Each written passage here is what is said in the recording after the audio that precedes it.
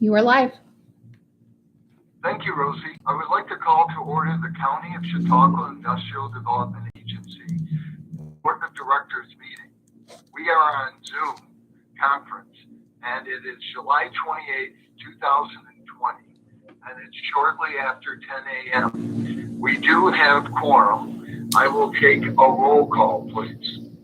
Mike Metzger is here. Gary Henry? Here. Mark Odell? Here. Stephen Thorpe? Here. Brad Walters? Here. Are there any other board members present? Let the record show that there are 5 members present. We have quorum. I would like to entertain the approval of the June 23rd, 2020 minutes. I'll ask for a motion. So moved, Mr. Chairman. Thank you, Mark. Do I have a second? Second. Seconded by Gary. Discussion? Any changes, modifications, questions? Thank you again, Rosie, for preparing these. Hearing none. All those in favor? Aye. Opposed? Abstain? Motion carried unanimously.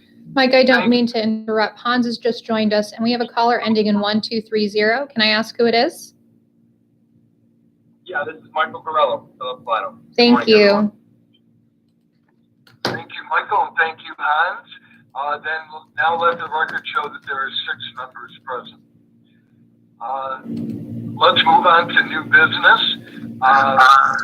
Why don't I let Linda Burns present new business A. Good morning. We've been working with ConnectGen for almost 2 years on their plans to develop a large-scale solar project in South Ripley. Since that time, they've introduced the project to the Ripley community, including landowners and town officials. They've performed environmental analyses and are progressing through the early stages of the New York State permitting process. I recently received ConnectGen's pilot application for tax incentives for their $348 million plus project to construct a 270 megawatt solar array, including 20 megawatts of battery storage, which I'm requesting the board's authorization and execution of a preliminary agreement that includes a real property tax abatement deviation, sales and use tax exemptions, and a mortgage recording tax exemption. Millen, would you like to comment on the preliminary agreement at this time? Yes, thank you. Preliminary agreement is simply that. We are going to accept a deposit for the various fees and expenses that the IDA may incur, and it authorizes the IDA to go into the due diligence. This is obviously going to be a big, complicated project, so there may be independent experts that are needed for preliminary work that is done before this comes to the IDA for any sort of vote. And preliminary agreement is exactly that. And the preliminary resolution authorizes the preliminary agreement to be executed. My understanding is that the company has already made a deposit with the IDA to cover, I think, probably any foreseeable expenses as we go through this process. That's correct, Melon. Thank you, Millen. Thank you for joining us today, County Executive Wendell. We have discussed this project with County Executive Wendell and the Deputy Ripley Town Supervisor Mike Rao, who are both enthusiastically supporting the project, which will provide increased tax revenues, jobs, and payments to landowners, amongst other indirect benefits. I'd like to now introduce Derek Ryman, ConnectGen's Vice President of Development, Isaac Phillips, ConnectGen's analyst, who will provide a brief history of the company and an overview of the project. Great. Thank you very much. I'm going to share my screen. We've prepared a short presentation, and so I'll share my screen so everyone has the opportunity to take a look.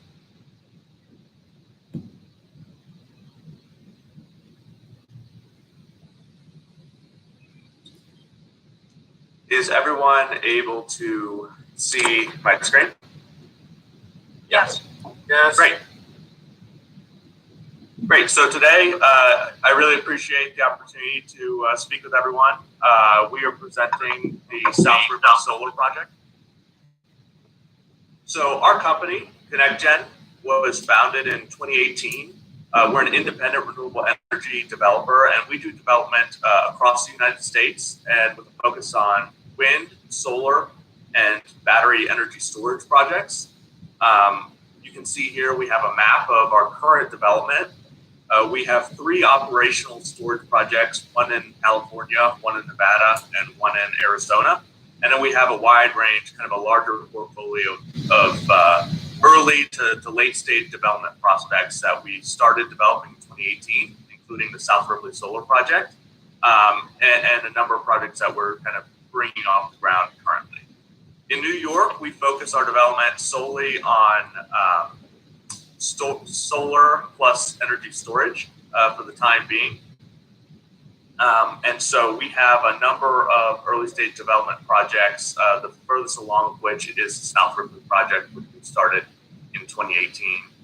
This team was put together from a group of kind of very experienced renewable energy professionals that have worked on a wide range of companies and projects all over the country. And so in 2018, we were put together to start a portfolio of developers.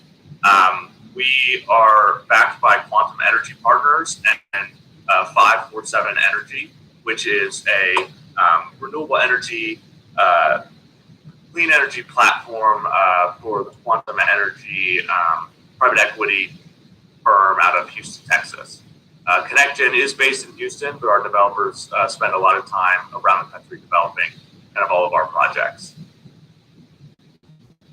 So the South Ripley project is something that we started developing in late 2018, very early into our company ConnectGen, where we introduced the idea of this project into South Ripley, the local landowners, to the town officials in November, October 2018.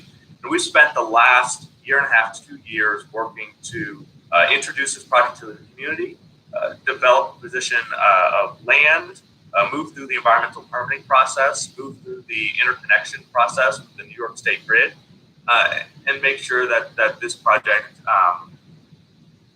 effectively kind of utilizes the area in South Ripley and make sure that the local community is aware of the development and fully kind of backs us and understands the benefits it will bring to the community.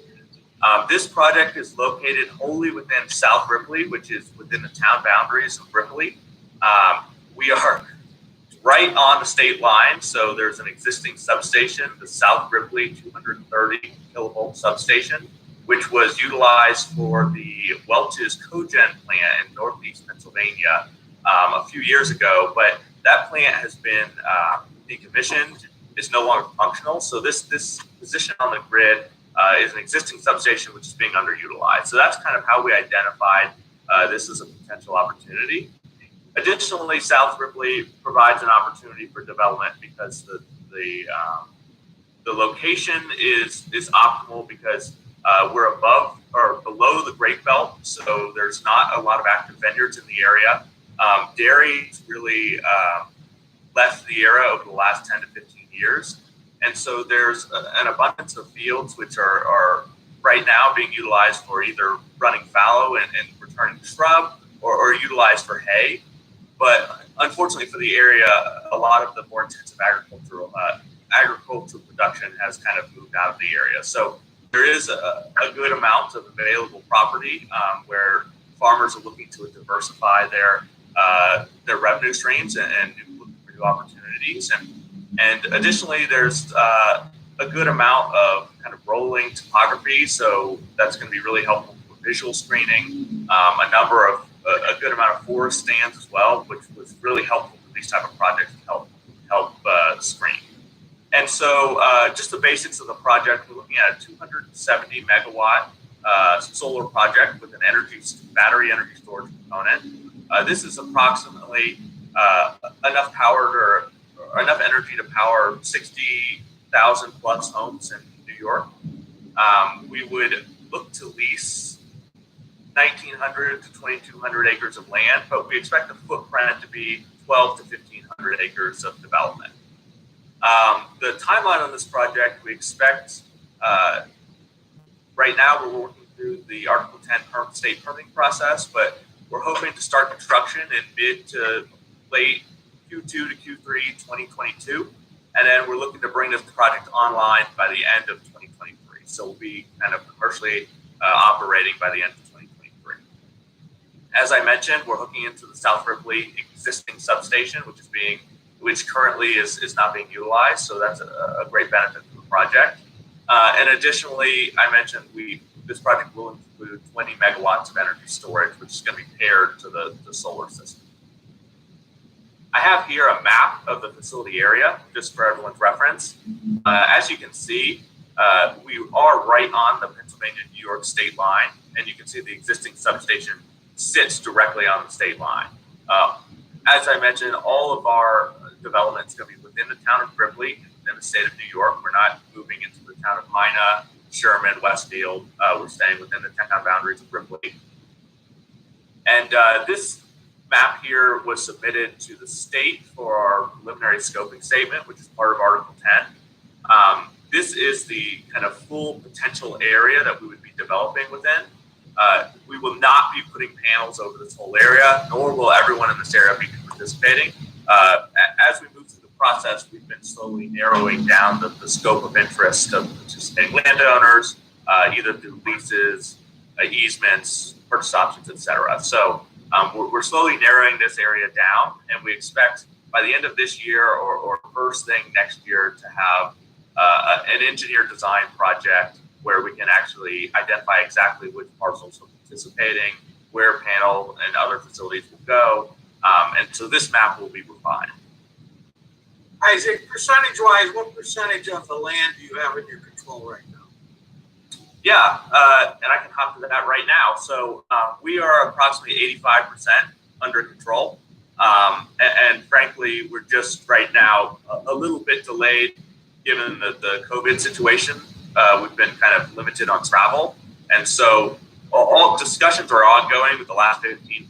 We've just not been able to be in person to kind of hash out the final details. But we're no longer outreaching to new landowners. We know exactly who is interested in participating. We're just moving forward, wrapping those final agreements up. And so I just wanted to give a quick overview of what we've done over the last 2 years so that you guys have an understanding of where the project is and what the milestones have been so far. The biggest of which in early 2020, NYSERDA awarded this project a 20-year REC contract through its 2019 solicitation for renewable energy RECs. We were actually the largest project awarded in 2019. And so this is a major milestone for the project and a huge opportunity for Chicago County to have a project that's backed by NYSERDA and has some long-term revenue guarantee. And so that's great news for our project, and we're moving forward with NYSERDA. That contract has been executed, and so we can kind of are now working toward getting this project built. On the site control side, I mentioned we have 85%, so 1,900 acres under lease, purchase option, easement agreement, etc. And we're trying to finalize the last 15% by the end of this year, but hopefully it'll be even sooner than that. We are kind of in late stage negotiations with the last 15%. It's just people want to meet in person and haven't had the opportunity to meet with their attorneys, etc. Because frankly, the COVID situation is really complicated and personal interactions. And one thing I do want to mention, when we do negotiate with landowners, we understand that not everyone has attorneys available. So we do provide a reimbursement for attorney or for legal fees. So landowners can go acquire an attorney and have them review the agreement, and we do reimburse them fully for that. So just to make sure that the local community is not signing anything that they don't fully understand. On the permitting front, this project is a Article 10 project currently. We started the process in mid-2019 and submitted our public involvement program plan in October of 2019. That was finalized in October. We've submitted our preliminary scoping statement, which outlines all the environmental surveys and studies we'll do for the project in May 2020, and we have received comments from the public and the local and state agencies, and have responded to those comments on the preliminary scoping statement as well. So that's kind of stage 2 of our consent process. The next major step would be a submission of our formal application, which we're hoping to do by the end of 2020 or early 2021. And a quick mention of what we're doing now. So our main focus over the next few months is environmental surveying. We've currently completed a winter raptor survey, and we're finishing up a spring breeding bird survey. And then we have a number of other surveys ongoing. So a wetland delineation, a geotechnical soil analysis, a boundary survey, a visual impact analysis, and an ambient noise analysis are all in the field currently. And then we also have a rare plant survey coming up in August. So we're doing a significant amount of environmental work currently to get this project ready to go. And I know another really important aspect of this type of large-scale project is public outreach and public engagement. So I wanted to highlight a few points about the work we've done on that front. We introduced this project to the town of Ripley in late 2018, early 2019. We were really involved in just introducing them to our company, that we were working on this project.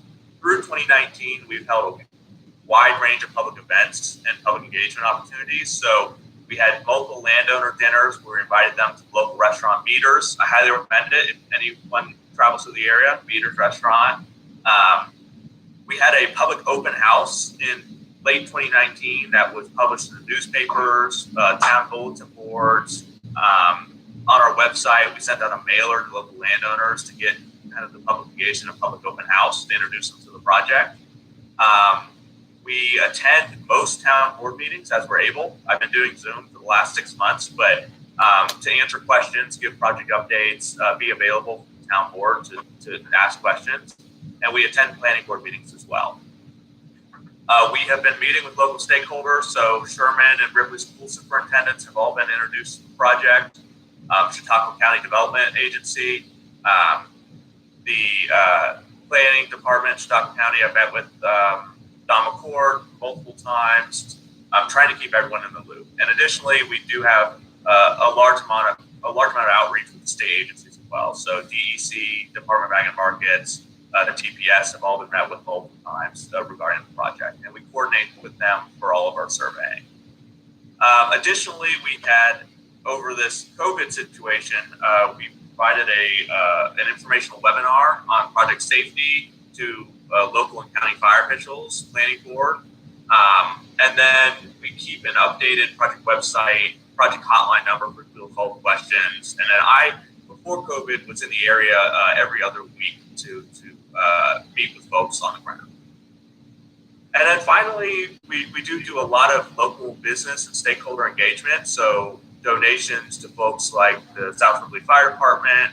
We did a great program with Meaders Restaurant where they provided gift cards to, we funded their gift cards and they provided them to all the students at the local Ripley school that received kind of brown bag lunch assistance. And given that everyone was out of school for COVID, we had a great big program set up where Meaders helped us kind of deliver gift cards to all of those students. So I think there was about 70 families that received a number of gift cards for the local restaurant to help out with that. And so kind of just showing that we want to bring our benefits of this project to the community and are an active member of the community.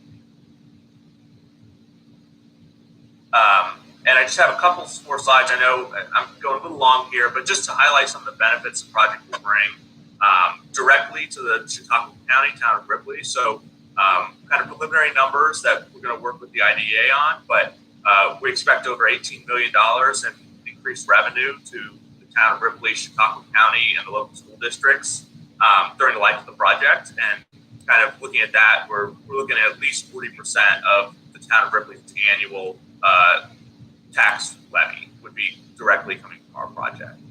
Up to 220 full-time equivalent jobs during construction. And then additionally, a huge amount of payments to local landowners through lease agreements, purchase options, easement agreements, good neighbor agreements. So we're expecting over $40 million directly into South Ripley landowners through the life of the project. Kind of indirectly, when you have 220 full-time equivalents in an area for a year, you're going to have increased revenue to local shops, hotels, restaurants, different services. We're engaging local businesses to see who we can get involved in helping us develop the project. So local construction firms, trucking, gravel pits, etc. So we're starting a relationship with those community members. And this project is really set up to bring a huge amount of money into the town of Ripley and the Chicago County. And we're really excited to bring these benefits locally. And we're working hand in hand with local unions to make sure we're bringing in state jobs. And so I think this is going to be a great economic and jobs creator in Chicago County. And finally, just as I mentioned this, but the project timeline, as I mentioned, we're hoping for at the end of 2023 have this project ready to construct or ready to operate. And so currently we're in the middle of 2020 where we have submitted our preliminary scoping statement and we're underway with our environmental studies. We're hoping to have a final application from the state in late 2020 or early 2021. And then we'll have all of 2021 and effectively half of 2022 the state to review all of the work we've done, make sure that this project is safe, that it doesn't impact the environment, that it brings the benefits that we've been kind of outlining. And then once they give us approval, we'll start construction and wrap that up by the end of 2023. And so that is the long and the short of it. I'm sorry I've talked you guys' ears off, but please let me know. I'm happy to answer any questions. I have two questions. One is, if you don't succeed getting the other 15% and 85% is would you start the project? And then secondly, given the long construction period, are you going to be connecting to the grid and providing power to the grid prior to the completion of the project? Great question. So on the first question, we would definitely build a project on the current land that we have. I think we would have to do some engineering to see if we could meet the 270 megawatt goal. But given that we have 1,900 acres under agreement, that is almost exactly what we would need. So I think that depending on the engineering design, we would still be looking at approximately a 270 megawatt project. I do expect, given a number of this 15%, we're at late stage with negotiations where the lawyers have already reviewed agreements and we're kind of just waiting to get pen on paper. So I don't have any concern we'd get the last 15%, but it should not disrupt product development if we don't. On your second question, unfortunately, given the type of development, I think that we would only be energizing at the end of construction. It unlikely we'll be able to construct in phases, let's say, where we can do half the project that can get online half a year earlier, and then half the project gets online at a later point. Just looking at the way that this project would probably be constructed would be construction all over the project area currently, and unlikely that we could bring online, at least for kind of commercial operation in a segmented way. So there may be sections that are completed and then we test for energization 6 months before the other sections, but I don't think we'd be able to deliver to the grid before the full project is ready to go. Got a couple of questions as well. The first is the presentation you just showed us in our package? I'm having trouble finding if it is. The meeting package? Oh, sorry. It is not, Brad. Oh, it's not. Can we get a copy of it? Yeah, and secondly, is there a decommissioning plan in place for this?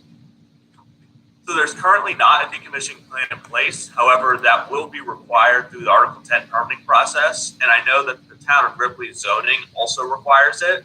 And additionally, as a third protection, we require it within our leases to individual landowners. So both a decommissioning plan and a decommissioning bond will be put in place for the project prior to operation. And the state requires it through the Article 10 permitting process. So it will be well before construction, in which we outline all of the commitments we're going to make. And so that is a really important consideration for these type of projects, especially with the number of landowners that we have. But it's something that's covered under both state and local law. Okay, thanks. Linda or Millen, do you have anything more to add?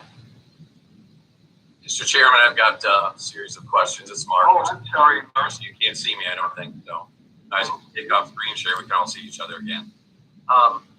First off, Isaac, can you speak to the construction of the project to a bit? Are we looking at pile driven or concrete? A little bit more detail on the structure. Yeah, so typically we have geotech out on the field right now taking soil samples, but this project would be pile driven. We're really looking at a limited use of concrete, especially for the actual solar racking piles. There will be some concrete usage for heavy electrical equipment pads. So if you have large scale transformers and inverters, we'll have kind of a small amount of concrete. But when you look at the full project area, you're not looking at concrete over 1,200 acres. You're looking at steel driven piles driven directly into the soil. Hopefully as limited grading as possible, just given that a lot of open fields don't require a lot of site work to actually construct these type of facilities.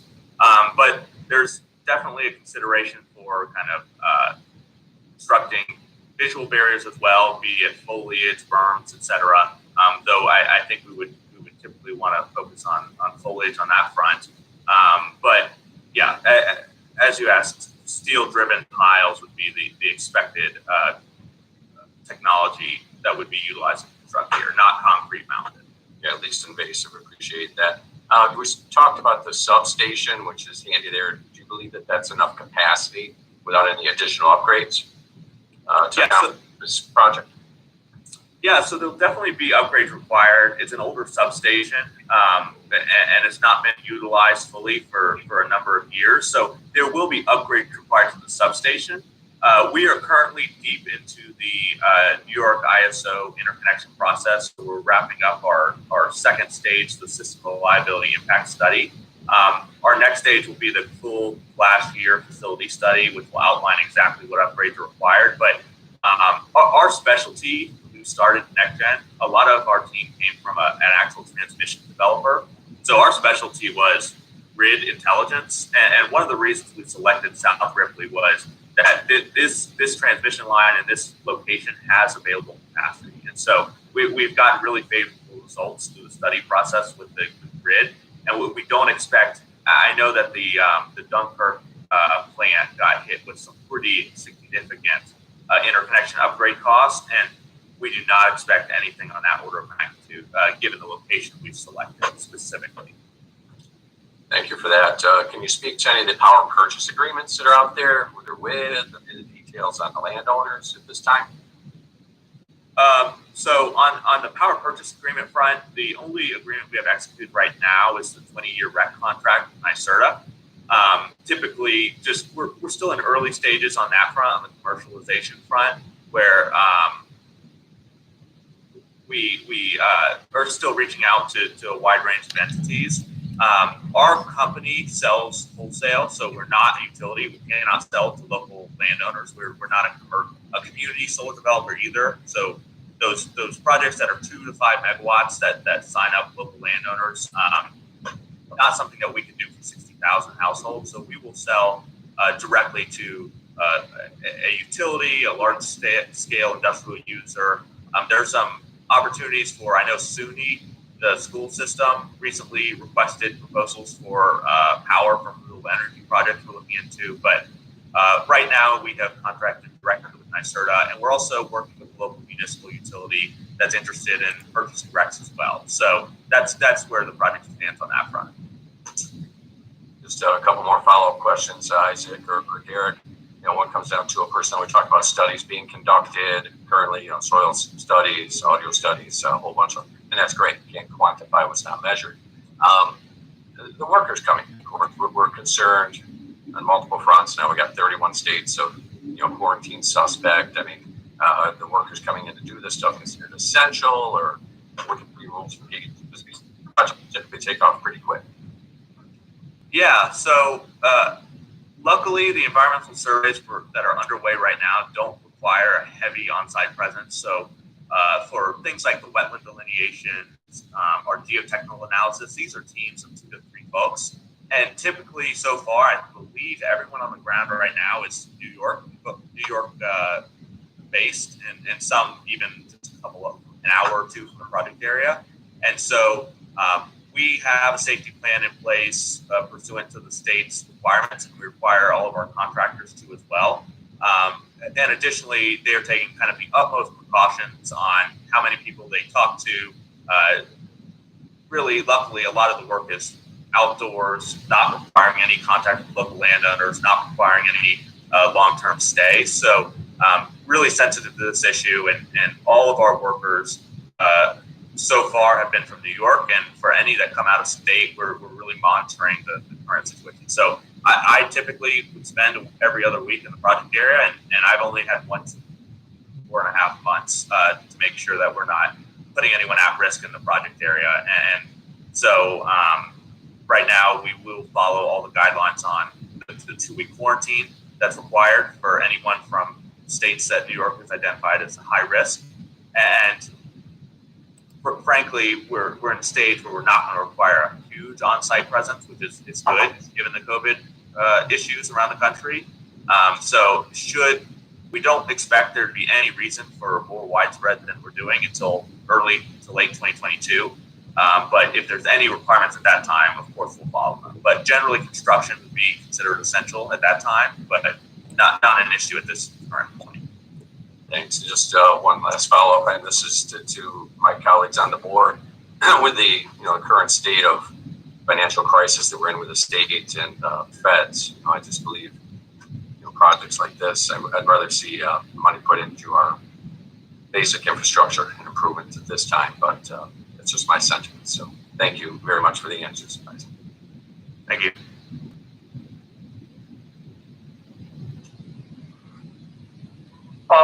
This is Mark. I just wanted to make a comment real quick that the IDA team met with Isaac and his team in person. Of course, we exercised social distancing, but I'm guessing we talked for an hour and a half. We asked a lot of questions.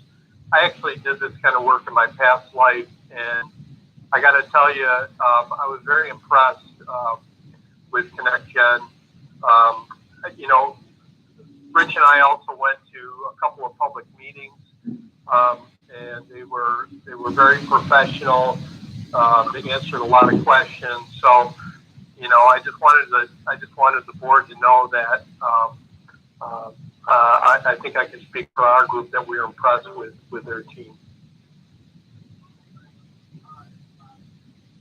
Great, thank you. Are there any other questions, comments?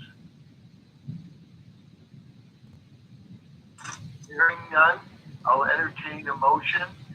Gary Henry, if you could please bring forward new business A2. Resolution 07-28-20-01, ConnectGen preliminary resolution. Thank you. We have a motion by Gary. Do we have a second? I second that. Okay, a motion by Gary, seconded by Stephen. Roll call vote, please. Mike Metzger votes aye. Dennis Rack? There was a voicemail from someone last name is Jacobs.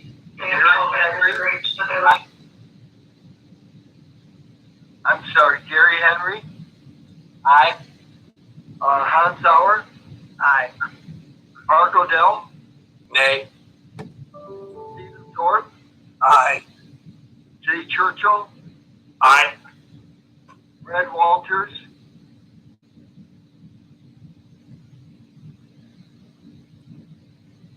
Red Walters? Sorry, I was muted. Didn't know it. Aye. Thank you. Let the record show that there are 7 votes in the affirmative, 1 nay, and motion has carried. Also, I wanted to note that shortly at the start of the conversation, both Dennis Rack and Jay Churchill joined us, so we now have 8 members present. Also, County Executive Wendo, I apologize. I only get 4 people on my screen. If you would like to make a comment, we would hear from you. No, thank you, Mike. I just, appreciate everything that's been going on. Mark and the IDA have been working diligently throughout our COVID crisis. I've said this to people before, and I continue to say this, that we're not out of the woods. We still have a considerable amount of distance to go. We still need everyone to pay attention to social distancing, and as we listen to the projects, we've been doing that. But I just like to say everything that's been going on with the IDA. It's refreshing to know that the work is still being done. They're a phone call away. We've had a couple of projects that I reached out to Rich and Mark about, and they've been right there, and their staff have been able to fill me in. So I appreciate all their work in this trying time. Things are challenging, but it's good to know that our economic development, industrial development is being maintained at the highest levels. They're doing a phenomenal job, and I look forward to the exciting projects we do have here in Chautauqua County. And they're doing a great job. Board, thank you for all of your support and the work you've been doing throughout this. But we want to remind everyone we're not out of the woods. I want to be positive. Things are looking up economically in a very positive manner, but as my finance team just convened, we're cautiously optimistic. But we do want to remind everybody, and the message you can get out is we still need to practice those social distancing and disease prevention techniques. It's imperative. You don't want to see those spikes. You don't want to see anything setting back our economy. But I appreciate everyone's effort. Thank you for the time, Mike. Thank you for attending. Also, I want to wish both Isaac and Derek good luck in this project. And thank you very much for attending. Mike, I would just like to add that I've known Derek for a long time. Derek was involved with the Arkwright Wind Farm, so we go way back, and glad to see that you joined Isaac on the team. And, real professional, and I think everyone will be pleased. Great, thank you, Rich. I'd now like to move to new business B, and again, it's the Linda and Ellen show. First, I just wanted to thank Isaac and Derek for your thorough information you provided on the project. We're very excited. Welcome to stay and lead meeting at your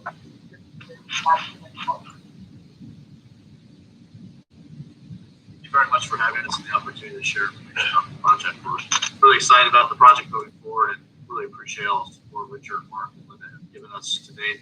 Look forward to continuing working with you through this process. So thanks again for your time. Thank you.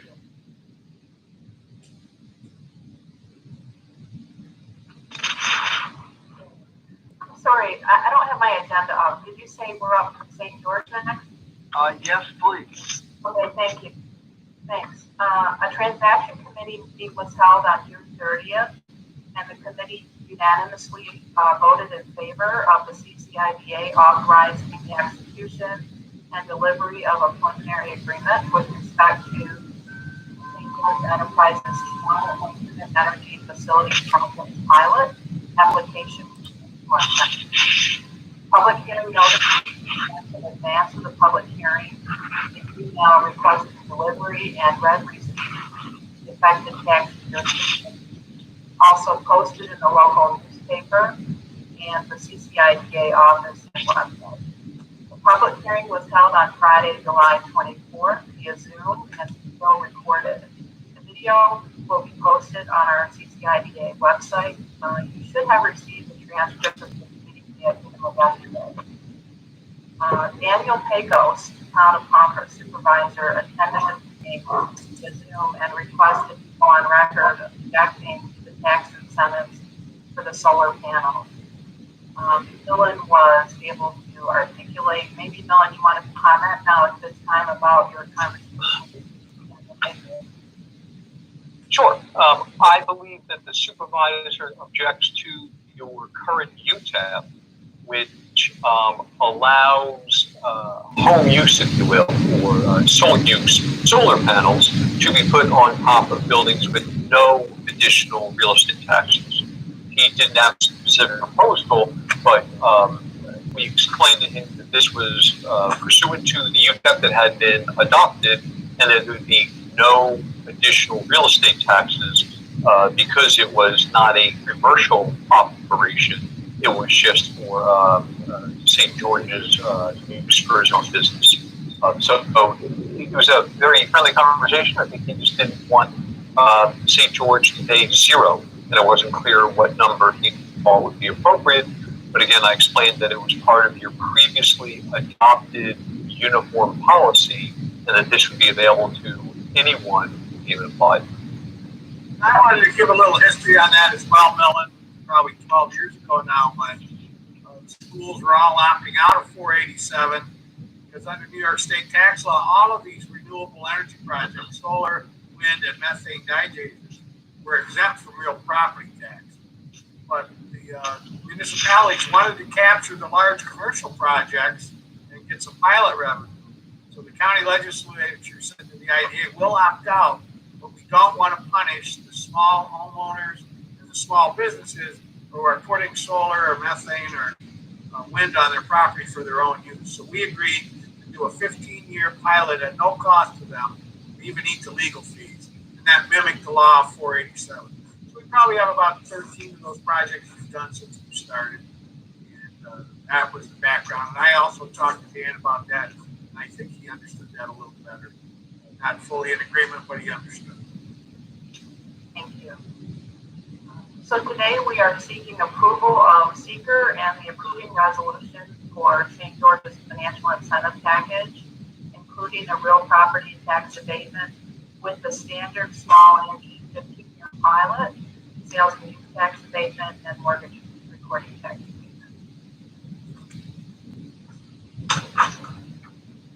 Any questions?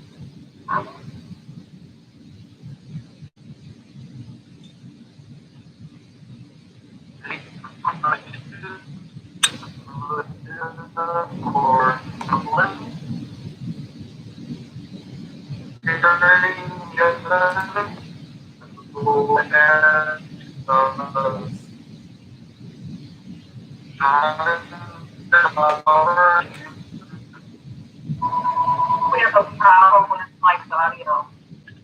Mike, Yeah, your audio I is. can't understand or hear Mike.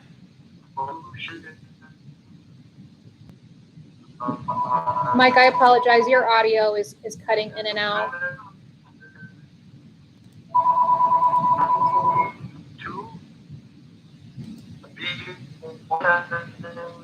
I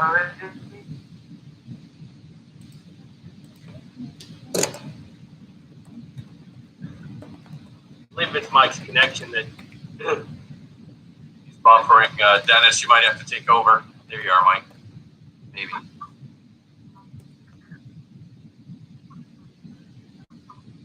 Mike, can you hear us?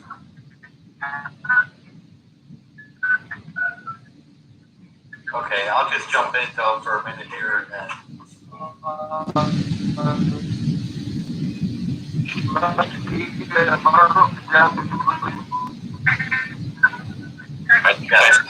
Mark, go ahead and read that resolution on the St. George Park Board. Derek Lamb, Vice Chair. Resolution 07-28-02.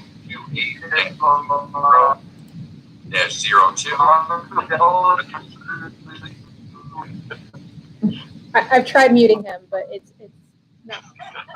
That never works.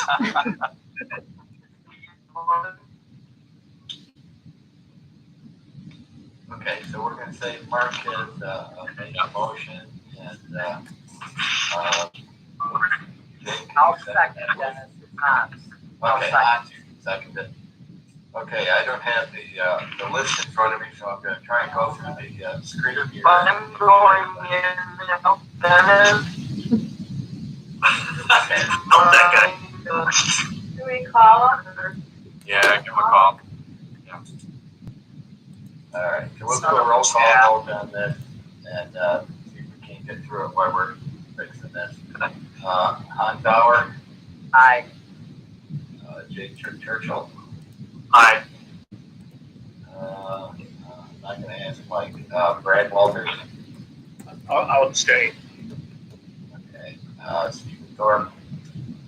Aye. Mark Odell. Aye. Henry. go to my next screen to see who else is here. Oh, Stephen Dorr. Aye. Okay, I think that's everybody. I vote aye, so we just go back. I'm assuming Mike is gonna vote aye, so we'll say 7 votes in the affirmative and 1 abstention. So Total of 8, Dennis. yeah, so 7 affirmative and 1 abstention. Yep. Would be what we've got. Okay. So let's Mike see, is just logged off, and I think he's going to try to come back on. Okay. Just looking, the next item up is the abundant solar. So that's Linda. I'm sorry, Dennis. I believe we just voted on 02. There's another resolution for St. George. We deemed it an amendment resolution because St. George is an existing IDA project. So we're going to amend those documents. So I think we need to vote on 07282003. Okay. 2003 is for abundant. Yeah. On the agenda that I've got, that's not listed. Okay, it's funny. On the agenda that I have, it is, but well, there's 2 resolutions for St. George. One was secret, and it's a type 2, and the other was the amendment.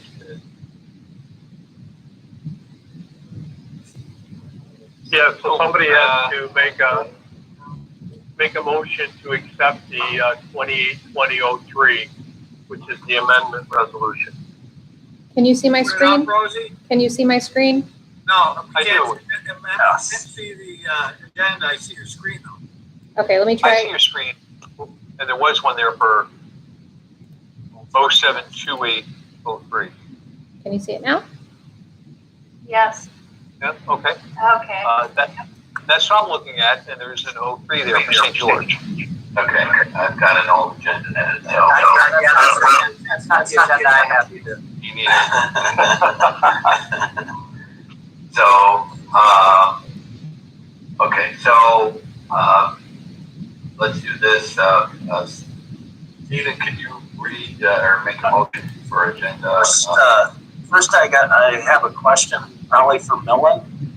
On page 6 of the resolution, there's some spots for amounts that are left blank.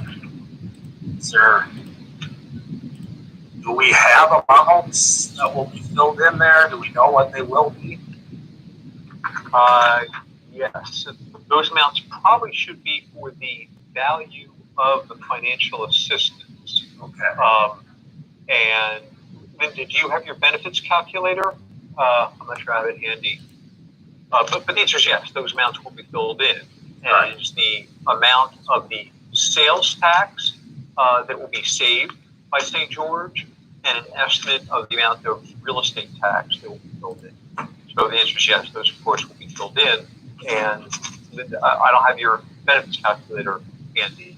If you do, we can give you those amounts, but they will certainly be filled in final resolution. Sorry, I don't have it right in front of me, but the total benefit is approximately $112,000 over the life of the project. Over the life. All right.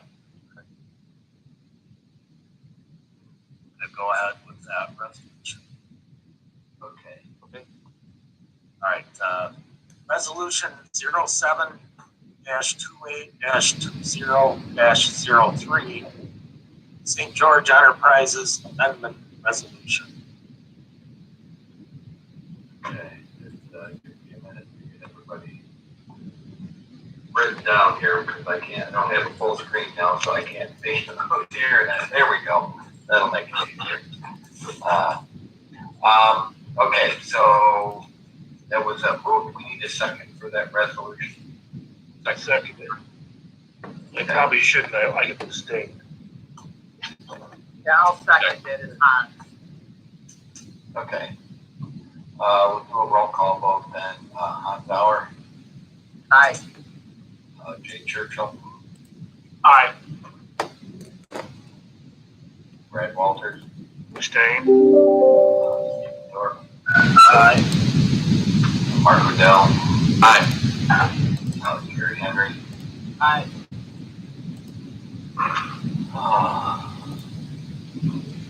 We're doing it this way. Okay. So it looks like we've got 6 votes in the affirmative and 1 abstention. So the resolution passed. Right, and the minutes should reflect that Mike Metzger is not yet rejoined the meeting. That's Mike why is, the total votes are 7 instead of a total of 8.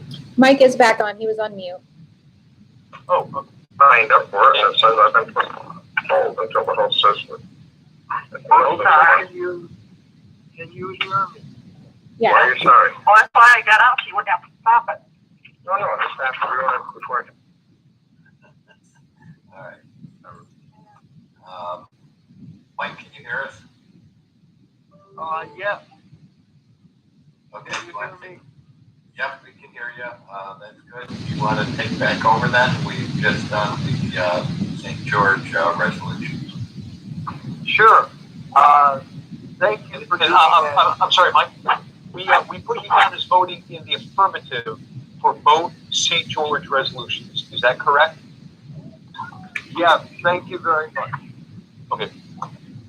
Okay. Now we will continue the Linda and Millen show with new business 3, abundant solar power.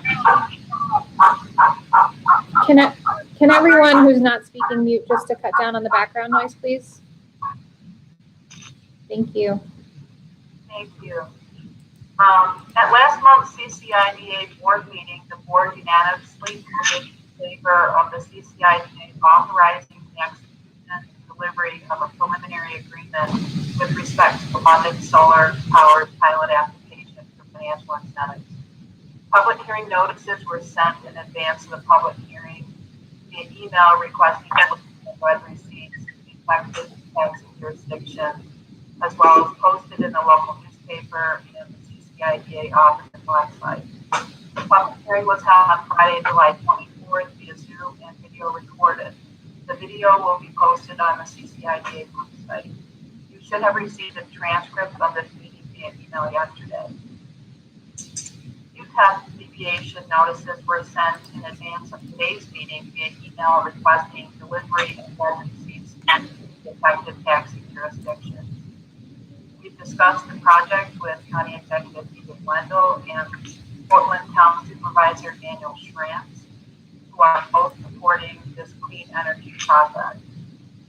Dale Carlson, who's on the line with us today, he's a Portland resident and alternate planning board member, and previously emailed questions to me about the pilot structure, and also attended the public hearing meeting via Zoom and commented that the questions he had previously submitted were answered to his satisfaction prior to the meeting.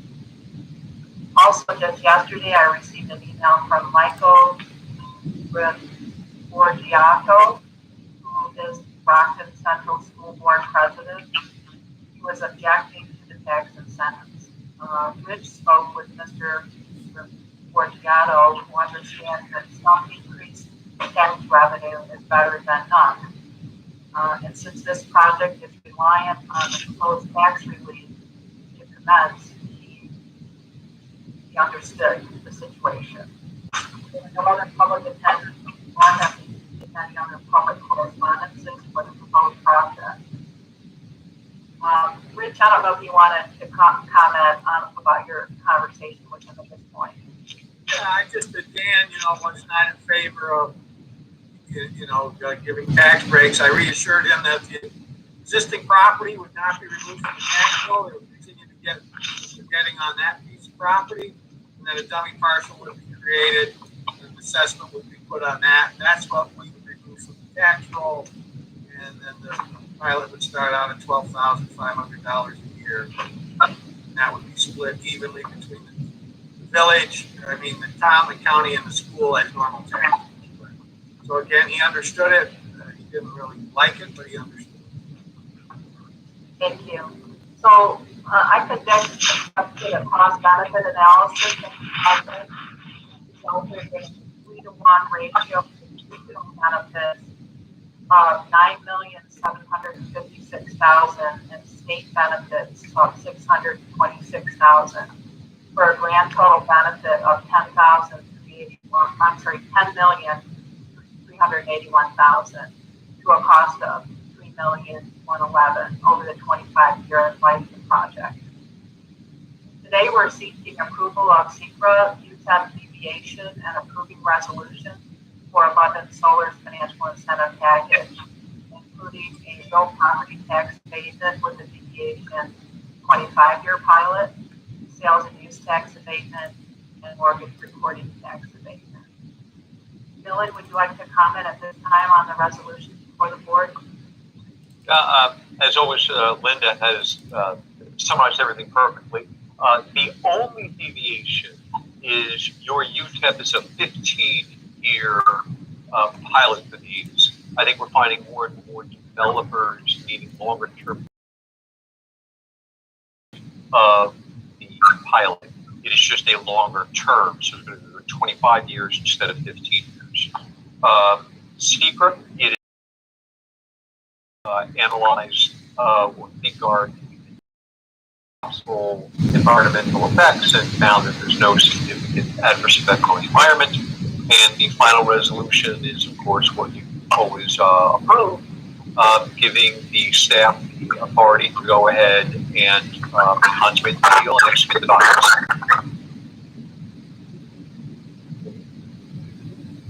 Thank you. Any questions for Linda or Miller?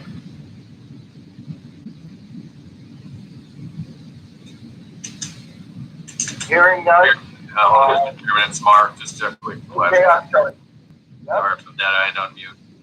Dylan, there's, because our agenda is showing one resolution still, not the three. I've got the three listed. Just want to backtrack on the seeker, so there's no negative impacts or non-conformances. Everything stayed the same, right? Correct. Okay. Thank you. Thank you, Mark, for clarifying that. I would ask Brad Walters if you could please motion new business C1.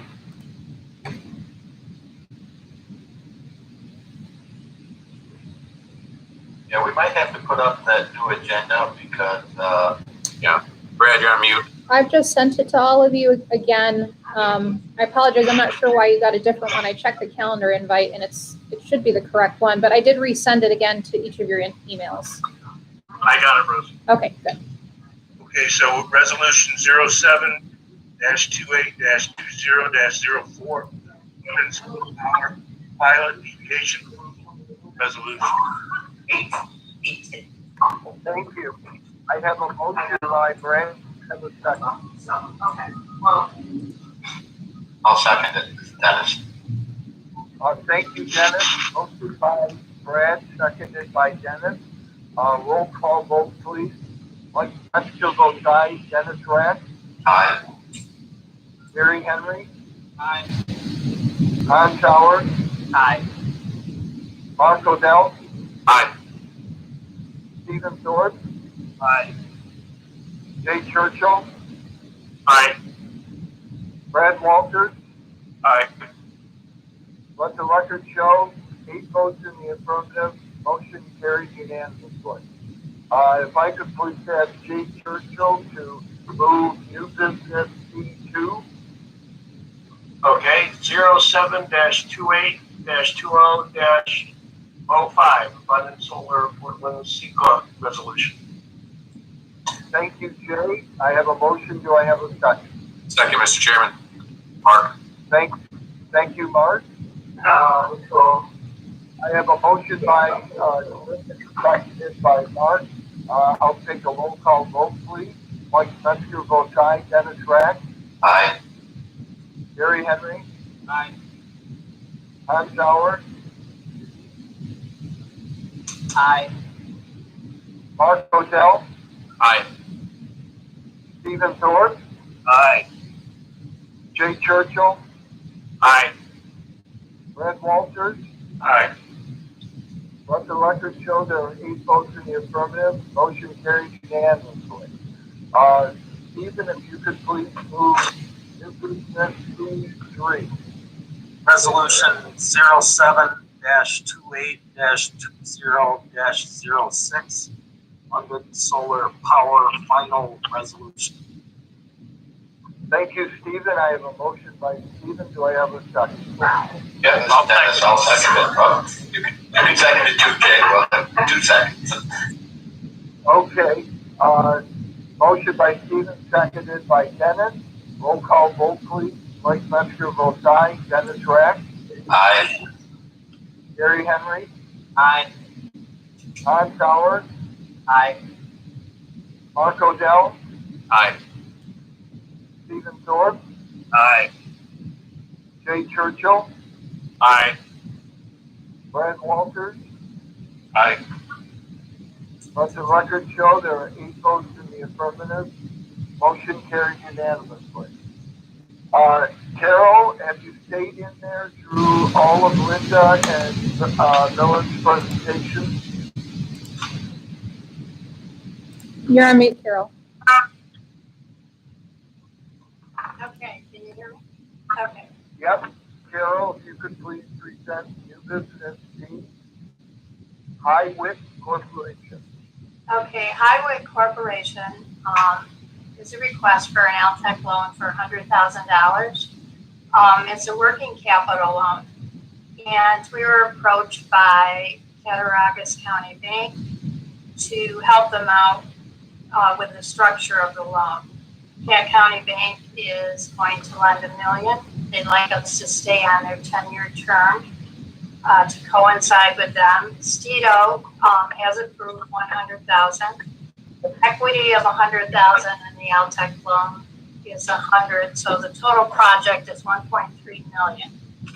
And the project description, this was created, the Highway Corporation, by Alex Wiskowski and Christian High, who are 2 very enthusiastic young men. They are going to purchase the land, buildings, and the businesses. It consists of 14 acres, 9 parcels, and it's located on Route 60 in Cassadaga. I'm sure you're all familiar with the Cassadaga Quick Fill, the gas station, the convenience store associated with Quick Fill, the ice cream parlor. There's a lot of land. There's 14 acres, but they plan on doing some future work there. There's a great big building, 3 stories, that they plan to use for storage for snowmobiles and boats because they're right on the snowmobile trail. And there's also a very well structured auto repair shop, which is not in use right now. One of the gentlemen, actually Christian High, is a licensed mechanic, and he plans to open it up and in the future lease it. Now the cash flow right now is very positive. It's an ongoing business. Everything's in great condition. It was owned by Tammy Dennison and her husband. Her husband deceased. She would like to sell it, and she's very happy she's very particular again on who's going to buy that business and run it. So last week we had met with Tammy. She's very happy about the sale. The gentlemen are very enthusiastic. And actually the mayor of Cassadaga came and toured with me. And everyone's on board for this to continue. They feel it's the hub of Cassadaga. The 2 new gentlemen are going to get very involved in the community. They've been invited to the board meetings. But all in all, the project works with cash flow. Let's see, Alex is more on the financial end of it. So they will be able to run this very well. So besides the ongoing business, it's going to open up the auto machine shop 5 years out, maybe in the future, try to get a 4-bay car wash in there. And, of course, use storage for the snowmobiles and the boats. So they plan to reduce expenses by taking 2% owner salary reduction. And they talked about mining, which is there was a gravel pit that sits back from the road up on a hill, and that's not a deal breaker for them. But that if they do continue with the mining, the zoning's okay, and they're also, because of how much gravel is back there, they would be under the regulations, and they already had New York State DEC look at the project, and they are okay with it. They haven't given them a stamp of approval, but they don't see any problem with it. There's also a nice liquor store there. I mean, everything is in fantastic condition there. I think they will make it relevant. And so the loan was presented as $100,000 Altech working capital. The security on the loan would be a pro rata second collateral lien with Stido behind Cattaraugus County Bank on all the real estate. And also on there'll be assignment of rents and the pro rata second collateral lien position behind Cat County on all company assets, accounts receivable, machinery and equipment, Keyman Life Insurance on Alex and Christian, and also their personal guarantee. So I guess at this time I have sent the application out and the loan review committee comments. Are there any questions?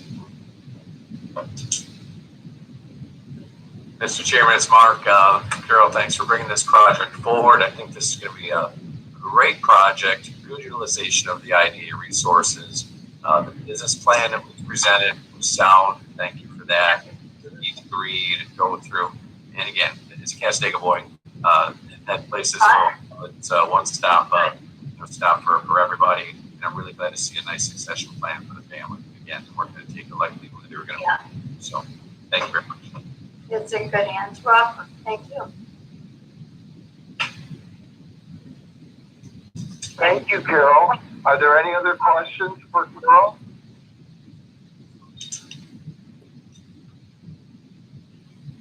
Hearing and seeing none, if Gary Henry, if you could please move new business B1. 07-28-20-07 Altech loan for Highway Corporation. Thank you, Gary. Do I have a second? Second. That must have been Jay. That was Jay speaking. Yep. Thank you, Jay. Motion made by Gary, seconded by Jay. Roll call vote, please. Mike Metzger votes aye. Dennis Rack.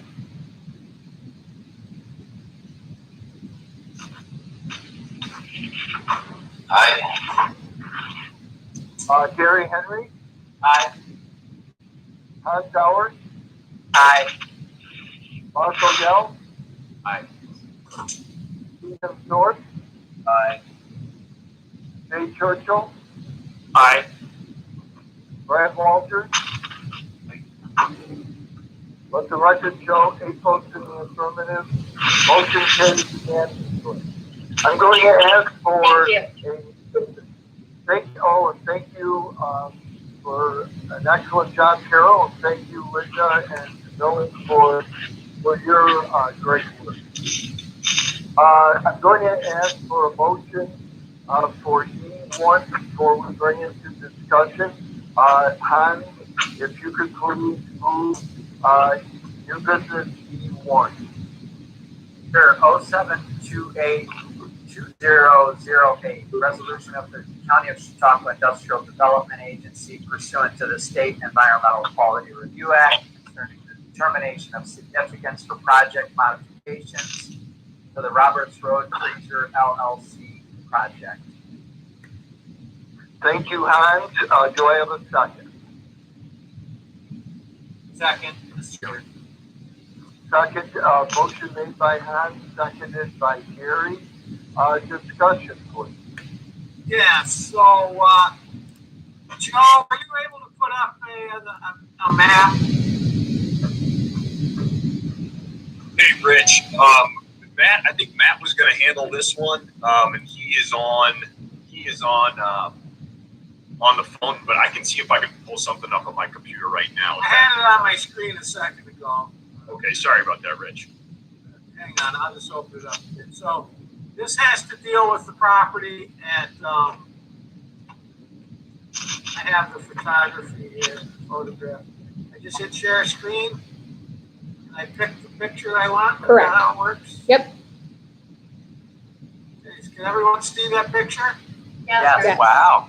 Okay, so this is a picture of the new, brand new 320 Roberts Road freezer that services Wells Ice Cream in Dunkirk. This was the site of the old warehouse that was demolished. It was a brownfield project that we worked on for 2 years with Fieldbrook and Great Lakes Cold Storage. It ended up being completed by Peter Krogh. It's run by Pete Sonwell. In the middle of all that, you can see Millennium Parkway, which starts in the upper left-hand corner and goes underneath the track, comes down to the middle of your screen to a traffic light, and then continues up to the right and heads toward Nestle Marina. That's the Millennium Parkway. A brand new traffic signal was installed at this intersection of Roberts Road and Millennium Parkway. And it was deemed to be the access for the park. The parcels to the right of the freezer are currently owned by the county, and we're looking to redevelop those brownfields. We have some major interest in those, but we have no access to the facility. In the bottom of the, right above the traffic light to the left, you'll see a little building that's owned by Refresco.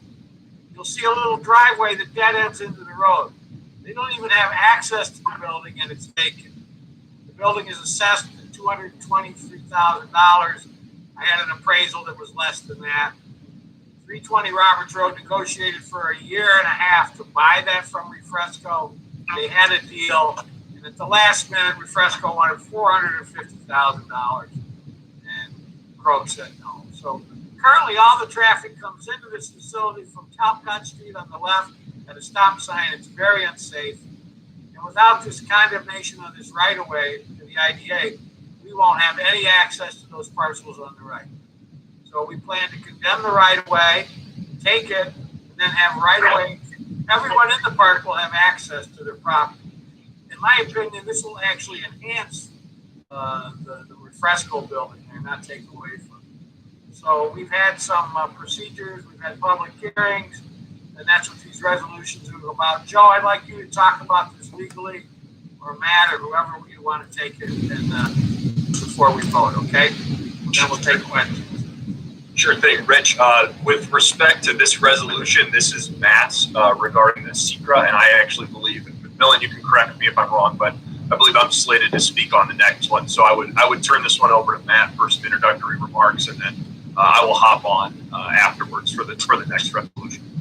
Right, Matt will talk about SECRA, which is the 08 resolution, and then Joe will talk about the public hearing that was held yesterday, and that's the 09 resolution. Thanks, Millen. Matt? Yeah, so hey everyone, hope I'm coming through loud and clear. Matt Fitzgerald, both Lytle. So with respect to seeker, this project is actually, from a seeker perspective, a continuation of a seeker review that was done by the board in 2018. When this project was originally approved, the seeker review was a coordinated type 1 review that covered the construction of what is now the cold warehouse facility, as well as the access there too. So what we're looking at here for the purposes of the condemnation proceeding is seeker encompasses modification to what was previously approved in 2018. What the seeker resolution lays out is that the prior review was a type 1 review. The board issued a negative declaration pursuant to seeker, finding that there was no risk of significant adverse impact. In terms of the potential environmental impacts of what's now being proposed, universally the environmental information has shown that this is actually a net environmental benefit. Changing the access route from what was previously approved to what is now being proposed is more efficient, it is safer from an environmental perspective. Information prepared by Labella and Associates as well as others all lays out that this is a win-win in terms of the environmental perspective. So what the seeker resolution before you today does, that it resolves that there is no need for the board to amend or rescind the previously issued negative declaration because the project modifications are not substantial and do not pose a risk of a significant adverse impact. So that at a 10,000 level view is the seeker resolution. If there's any questions on seeker, happy to answer, of course.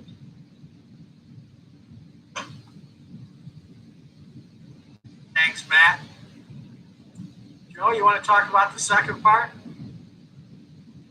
Sure thing, Rich. And the reason why I'm going second is because Matt's seeker analysis is included in the findings and determination that we are legally required to make after holding a public hearing with respect to the condemnation that Rich so well described previously. So it cuts down a little bit on my remarks. Rich, thanks again for the nice background here. But basically, yesterday, incorporating Matt's, we had to have the environmental piece that Matt just spoke about, and then we also have to talk about the public use and benefit of the condemnation. And as you are very well familiar with, we had a public hearing yesterday on the topic to discuss the public use and benefits to the county and the city of Dunkirk, specifically with if we are to construct or if we are to condemn the property and take this easement over the property, as Rich pointed down at the bottom of his screen there at 440 South Roberts Road, which is owned by Refresco. I, along with Craig Leslie, a partner at Phillips Lytle, and Matt Fitzgerald, who you just heard from, we presided over this hearing. We reviewed the public use to be served by the acquisition of that property, reviewed the general effect of the acquisition upon the environment and the residents of the locality where the acquisition would occur. We called 5 witnesses. Rich was our first witness. Rob Nabrowski, Vice President of Labella Associates, was our second witness, and he spoke about the traffic studies as well as the environmental impact of the condemnation. Brad Bentley, the Chautauqua County Director of Public Projects, spoke. Peter Krog, CEO of the Krog Group and the individual, or the company who constructed the facility, as well as Peter Wilson, Chairman of Sunwell Distribution, who operates the current Krog facility on the parcel of land that the county owns at 320 Roberts Road. After these 5 witnesses presented their testimony, counsel for Refresco appeared via Cisco WebEx because we accommodated for, obviously with everything going on with COVID-19, we wanted to make sure that if individuals didn't feel comfortable being in the hearing room, we provided that remote access. And counsel for Refresco appeared remotely and actually asked a few questions of our witnesses. After holding the hearing, taking into consideration everything in the record and all that we know as the IDA, the resolution before you proposes, which is the following resolution, so I think we're still on Matt's resolution, but it proposes to move forward with the proposed access easement at the property on 440 South Roberts Road. We found that, after reviewing all of this evidence, that the acquisition will serve and benefit the public by encouraging the redevelopment of all parcels of property at 320 South Roberts Road, especially the ones that Rich mentioned on his screen that are currently undeveloped due to the lack of a proper access road. It's going to encourage the expansion of the Krog facility's existing operations at the property. It will provide safer access to the entire property at 320 South Roberts Road, and finally increase the efficiency at the industrial park the IDA is contemplated at this property. So for those reasons, we recommend that the board adopt the determination and findings, which I sent over, and that are included in the resolution. They're attached as an exhibit with the hearing transcripts, all exhibits from the hearing. As far as next steps are concerned, should the board resolved to adopt this determination and findings, the next step would be to publish a brief synopsis in the Dunkirk Observer, and publication of that synopsis will trigger a 30-day window for Refresco to challenge the condemnation of, to challenge our condemnation determination at the Appellate Division 4th Department. Notably, however, I want to make clear that just by issuing this determination and findings and saying that we are going to contend that the IDA would, if it so chooses, condemn this property, it does not end negotiation between the parties. In fact, we believe that it will actually bring the parties to the negotiating table to hopefully settle this before it does get to court, and so we can construct this access road to serve all parcels of the property at 320 South Roberts Road. I know that was a mouthful, and I'm happy to take any questions if Bill, and I appreciate your smile. If anybody has any questions for me. Well, I just want to reinforce to the board that we made every attempt to coordinate between the company and the Crow Corp and try to be reasonable, and it's just, we got nothing for almost a year, and then at the end, just unreasonable, and the demand just kept getting higher and higher, and so we didn't take this decision lightly, but in order to utilize that property there and the safety that's involved, we had to move forward.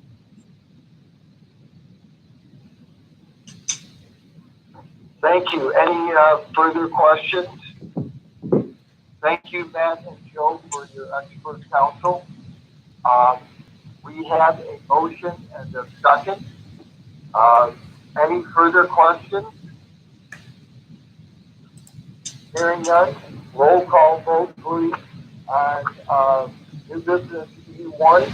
Mike Metzger votes aye. Dennis Grant? Aye. Gary Henry? Aye. Hans Sauer? Aye. Mark Odell? Aye. Stephen Thorpe? Aye. Jay Churchill? Aye. Let the record show Brad Walters has left the meeting. We have 7 votes in the affirmative. Motion carried unanimously. Mark Odell, if you could please move new business E2, please. Sure would. Rose, I asked that you take down the screen share so I can access the agenda that you just brought us, please. Sure, this is the agenda. Rich asked that I put it up. Do you need a different one? What I'm seeing, and I don't know if everyone else is seeing, is just I'm not seeing the agenda just either. the files. Okay, let me stop the share and redo it again. Try it, yeah. I just pulled up my PDF right now. Can you see it? Mr. Chairman, resolution 07-28-20-09, resolution of the County of Chautauqua Industrial Development Agency pursuant to New York eminent domain procedure law concerning the determination and findings of the public hearing held regarding the acquisition of a permanent easement over property located at South Roberts Road, Dunkirk, New York, by exercise of eminent domain. Thank you, Mark. Do I have a second? Second that, this is Dennis. Thank you. I have a motion by Mike, seconded by Dennis. Any further discussion? Mr. Chairman, it's Mark. I'm just so grateful to Rich and the team. You tried every other avenue possible, so we'll see if this yields anything better bringing it forth, but we always knew this was an option to have for the IDA. So thank you for your best efforts. Thank you. Any other discussion? If none, roll call vote, please. Mike Metzger votes aye. Dennis Grant? Aye. Gary Henry? Aye. Hans Sauer? Aye. Mark Odell? Aye.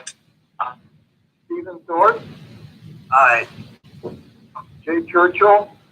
Aye. Let the record show 7 votes in the affirmative. Motion carries unanimously. I'd now like to move to the executive director's report. Rich, Mark, please. Rich, would you like me to continue sharing my screen?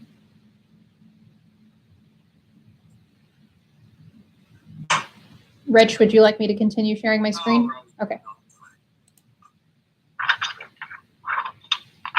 Mark's on. One, I'll be very brief. This This is Mark. I'll be very brief. It's been a long meeting. I just have a couple of things real quick. You know, I had reached out to everyone about continuing to have meetings by Zoom.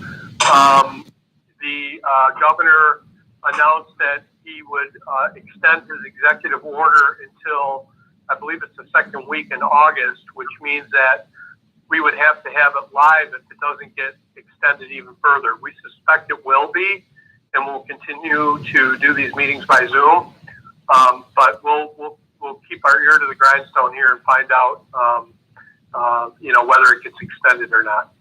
So that's one thing. I don't have the screen up. I don't know if Monica Simpson is on this call. She is. Yes, she is. Okay, so I meant to, at the last board meeting, introduce Monica. Monica joined our team. She's working for Critic and the Partnership for Economic Growth, and Monica is going to be doing business development up in the North County for the partnership. She comes from, she worked for the Fredonia Technology Incubator. She has a great skill set. You know, she's involved in the Young Professionals Group.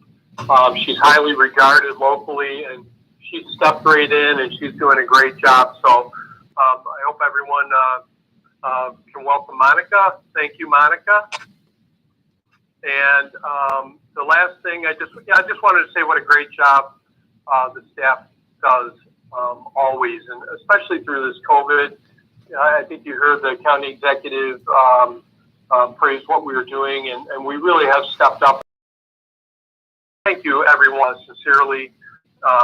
You're doing a great job. Let's keep it going. So that's all I have for now.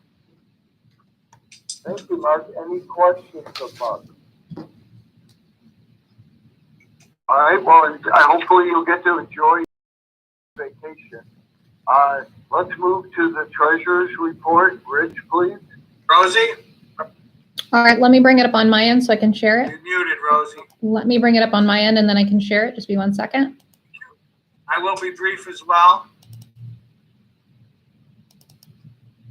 Dennis is so excited about the treasurer's report, he left.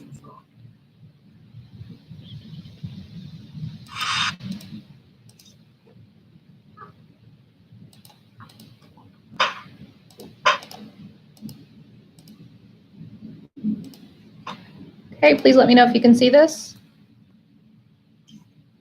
So I can, thank you, Rosie. So we have in front of you the balance sheet as of 6/30 for all our funds except for the PEG, which we're going to talk about in a minute. Everything's in pretty good shape here. I don't have much to say about that. We go to the next sheet, please. So here's our revenue.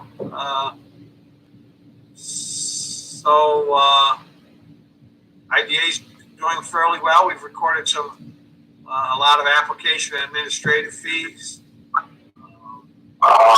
Moving along, the All-Tech, of course, down 166. You know, it's particularly in the second quarter, we spent a lot of time on the All-Tech dealing calls from customers, and our time studies reflected that. So there's a lot more staff time charged there. Plus, we have $150,000 in bad debt, which is a non-cash item, but still. And CRLF is holding its own as well as its Critic right now. So if you go to the variance page, Rosie, please, number 3.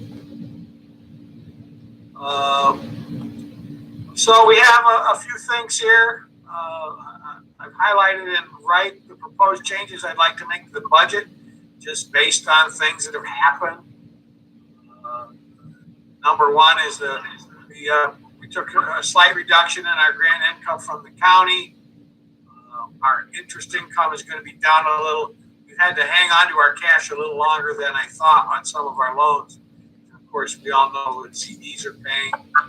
The payroll and benefits is up due to some vacation buyouts and because of the health insurance that we budgeted way back in October when we did the first budget. We're reducing our office supplies. We're reducing our insurance is going down a little bit because of we renewed and got a good deal. Our publicity and promotion are going to reduce. And I've upped the bad debt $100,000 at this point in the game. It's about as crystal ballish as I can get, but we're going to up the bad debt, particularly in the All-Tech fund. So if there's any questions about that, Mike, I'll take them. Otherwise, I'm going to turn it over to Rosie and, to Kayla and Nate to talk about the PG. Okay, so Rosie, if you put up the... If you could give me just 1 second while I pull up Kayla's files.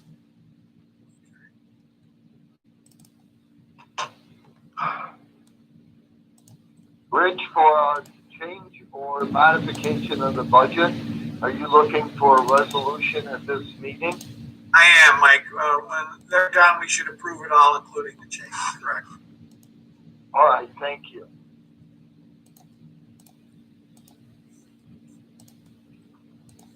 Let me know if you can see this, please. That looks good. Thank you. Rosie, if you could scroll down just a smidge. You can see that. Almost hit perfect. Okay, so I'll be quick and painless about this as well. PEG as a whole is in one column. As you can tell, I like color coordination. Their individual projects, like the economic development strategy, the Chadwick Bay project, Dunkirk revitalization, and the Champlain River business plan, those are all accounted for separately. You can see that PEG in and of itself is doing okay.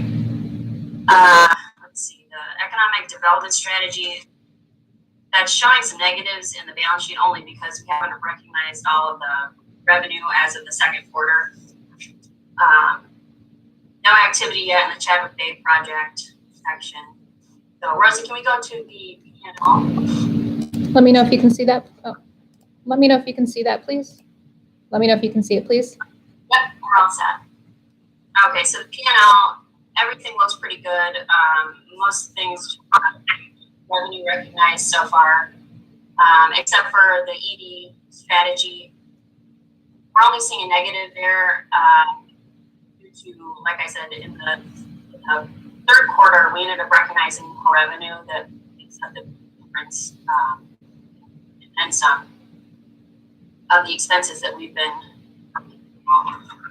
Also, the economic development strategy, we have a contract with Camoin, and that's a fixed expense, and we've actually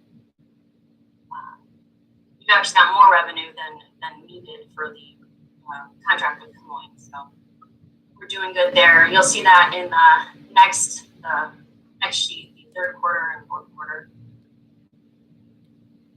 So I did these projections for Nate, Mark, and Monica, just so that they could get an idea of what their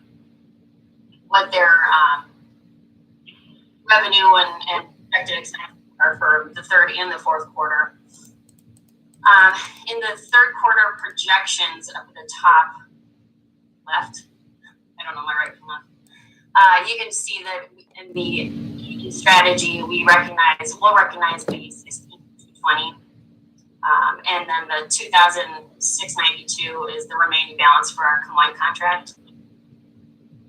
And in the third quarter projections year to date, off to the right at the top, you'll see everything kind of balances itself out. PEG won't be in the negative expense over revenue. That all balances out. Same with the development strategy, so on and so forth. And then down at the bottom for the fourth quarter, really we haven't quite got any revenue that we recognize, except for PEG in and of itself, which that's all coming from NCCF. So we're looking pretty good. You can see the year-to-date fourth quarter projections included. Well, we haven't quite expensed a ton just yet. We're working on the projects, and Mark and Monica can speak more to the projects. Thanks, Kayla. Thanks for putting this together. A couple comments. We are building this initiative from scratch, so we are continually bringing in more revenue from funding partners, including local foundations, Chadwick Bay Regional Development Corporation, the Ralph C. Wilson Jr. Foundation, and hopefully soon we can announce some other funding commitments. As Caleb mentioned, we'll be seeing another $11,200 in revenue this month for the economic development strategy from the Wilson Foundation that will correct that loss shown in the second quarter financials here. We have several of, the reason for the columns, we have a lot of our funding is tied to specific projects, so we're tracking that. We're trying to launch a lot of game-changing initiatives tied to the recently completed economic development strategy, and I'm confident by the end of the year we'll have a lot of retained earnings that'll allow us to start up 2021 strong and not only enhance our operational capacity, but allow us to focus on advancing a lot of these priority projects. Any questions? Hey, could you just spend 1 minute on each column and just give a 10-second what the project is? So the economic development strategy, this, as Mark has discussed in the past, is a two-phase initiative. The first phase was the organizational plan for economic development conducted in 2018 and 19 by Camoin, which recommended the creation of this partnership for economic growth. We're now finishing the second phase, which is actually the economic development strategic plan. And once that document's finalized, we will certainly share that with the board. The Chadwick Bay, we provide administrative services. I serve as the director of the Chadwick Bay Regional Development Corporation, which includes 9 municipalities in the North County area. And they're focused on government efficiency and economic development in the North County. We provide assistance to them and get fees for service. Dunkirk Revitalization Project, we're working with City of Dunkirk Mayor Rosas and Development Director Rebecca Worcester on advancing a proposal for New York State's Downtown Revitalization Initiative. The funding, obviously, with the state budget crisis is unknown at this point, but we're still advancing a project in which we have retained Harry Zickerman and Harrison Studio to basically develop a competitive proposal for that state DRI initiative. And then the Chattacoin River Strategic Business Plan, CRITIC, and more specifically the Partnership for Economic Growth, is the lead management entity for enhancement of a multi-year program in which we're identifying and developing a series of projects that will lead to the activation and commercial development in and around the Chattacoin River and basin south of the National Community Center, right downtown, working with partners such as Gebby Foundation, City of Jamestown, and others. We have H. Stickerman and Company under contract for assistance, as well as CNS engineers, and this is another project we'll be realizing some more revenue for the end of the year. Thanks, Nate. That's all we have, Mike, unless there's questions. Any questions for Kayla, Rich, or Nate? Hearing none, I'll ask for a motion to approve the financial treasurer's report as presented.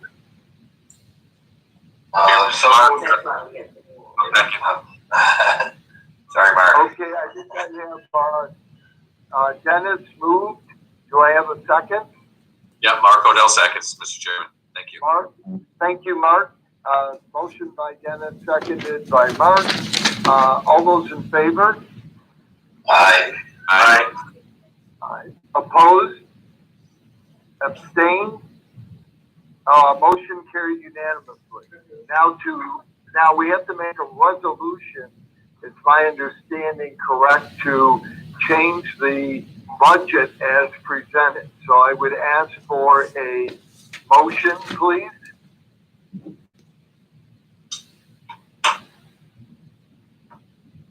So moved. Hans, to change the budget as presented. Thank you, Hans. Do I have a second? Second.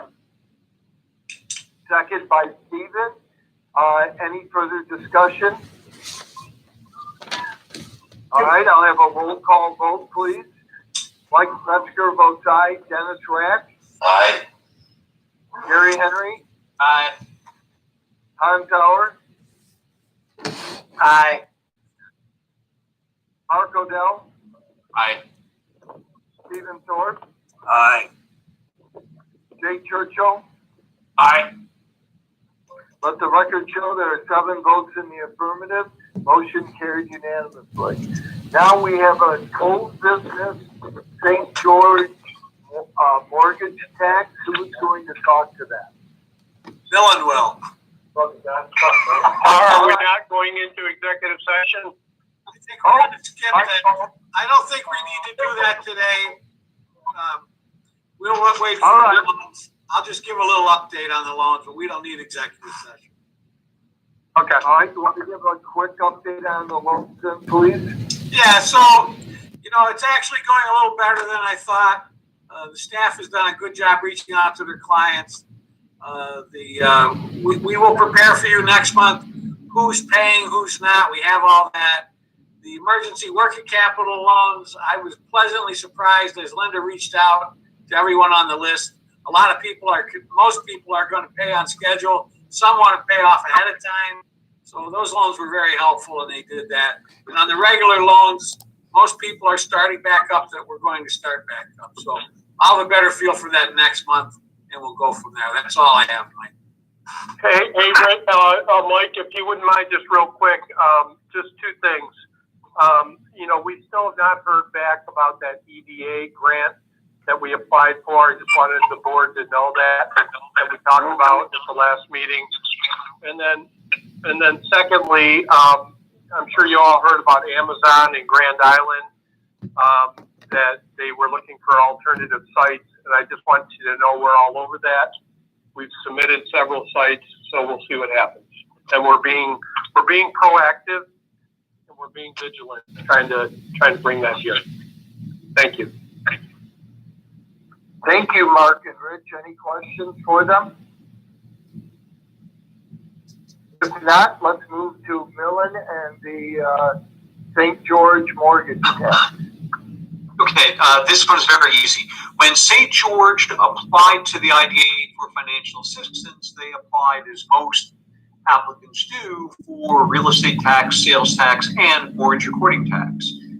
As we got toward closing, Steve St. George thought he did not need the mortgage recording tax benefit. He was just going to pay for everything with cash, and therefore we did not give him a mortgage recording tax benefit.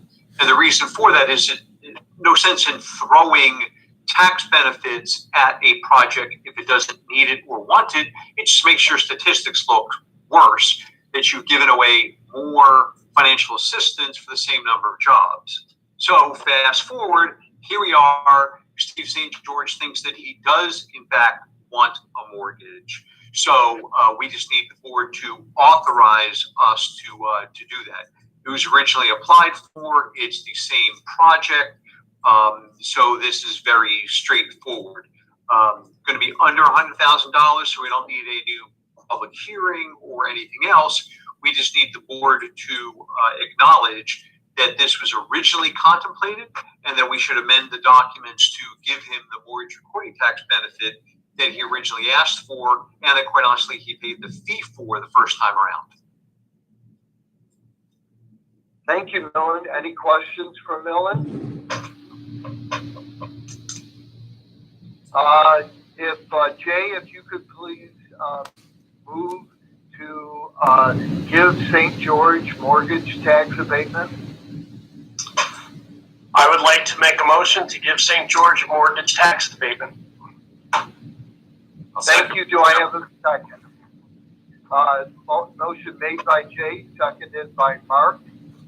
Roll call vote, please. Mike Metzger votes aye. Dennis Rack? Aye. Gary Henry? Aye. Hans Sauer? Aye. Mark Odell? Aye. Stephen Thorpe? Aye. Jay Churchill? Aye. Let the record show 7 votes in the affirmative. Motion carried. Any other old or new business to come before this forum? Thank you very much. I appreciate everyone's hard work and effort. Excellent projects coming through. And despite COVID, the county is up and running in the CCIDA. Our next meeting is August 25th at 10 a.m. It looks like it'll still be on Zoom. Thank you all again. And this meeting is adjourned. I'd like to go right into the critic meeting if I could, please. Just give me a moment to cut the live stream before we do so. Okay, thank you. Thank you, Rosie.